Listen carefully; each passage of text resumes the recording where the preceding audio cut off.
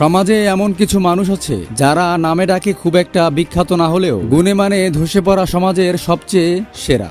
আর সেই সেরা মানুষরাই সমাজের আলোক শিখা হয়ে আলো ছড়িয়ে যাচ্ছেন অবিরত। মানুষ তাদেরকে সাদা মনের মানুষ বলেই চেনেন, যাদের মন সাফ বা মনে কোনো কালি নেই, অর্থাৎ অর্থ সম্পদ আর ক্ষমতার কোনো অহংকার নেই। নিরহংকার মানুষকেই প্রকৃতপক্ষে সাদা মনের মানুষ বলা হয়। সমাজে এখনো এমন অনেক মানুষ ছড়িয়ে ছিটিয়ে আছেন যাদের অর্থ সম্পদের প্রাচুর্য থাকার পরও তাদের মধ্যে অহংকারের রেশ পর্যন্ত নেই, এমনকি নেই বিলাসী জীবনযাপনও। ঠিক তেমনি একজন সাদা মনের মানুষ বিশিষ্ট ব্যবসায়ী ও সমাজসেবক এএনএম হুমায়ুন কবির সাগর।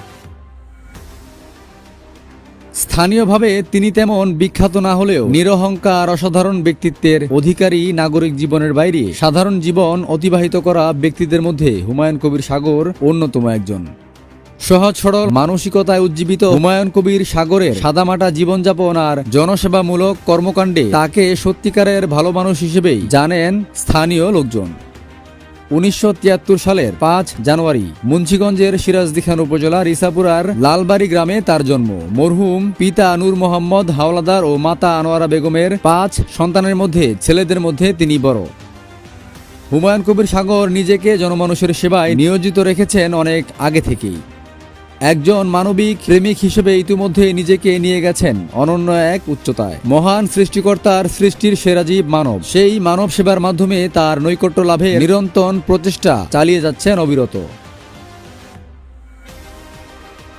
সমাজের একাংশের মানুষ যেখানে চেতনাকে পুঁজি করে অন্যের অধিকার হরণের প্রতিযোগিতায় ব্যস্ত, সেই সমাজের স্বার্থবাদী আর মুখোশধারী মানুষদের ভিড়ে স্বার্থহীন হয়ে হুমায়ুন কবির সাগর জনগণের সেবার মাধ্যমে আলোকবর্তিকা ছড়িয়ে যাচ্ছেন।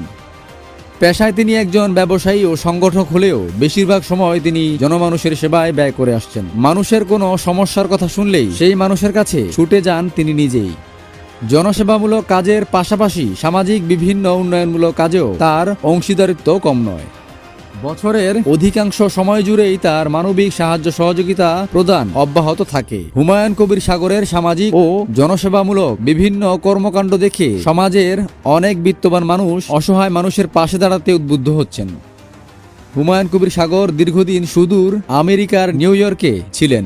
দেশে ফিরে তিনি ব্যবসার পাশাপাশি জনসেবামূলক কর্মকাণ্ডে নিজেকে সম্পৃক্ত করেন। জনমানুষের সেবা তথা অসহায় মানুষের পাশে দাঁড়ানোর মহৎ কার্যক্রমকে আরও প্রসারিত করতে তিনি তার পিতার নামানুসারে এইচ নূর ফাউন্ডেশন নামে একটি সমাজসেবামূলক সামাজিক সংগঠন প্রতিষ্ঠা করেন। স্বার্থ ছাড়া যেখানে কেউ কারো জন্য এক পা এগোতে চায় না, সেখানে হুমায়ুন কবির সাগর আল্লাহর সন্তুষ্টির উদ্দেশ্যে বিনা স্বার্থে মানুষের পাশে দাঁড়াচ্ছেন।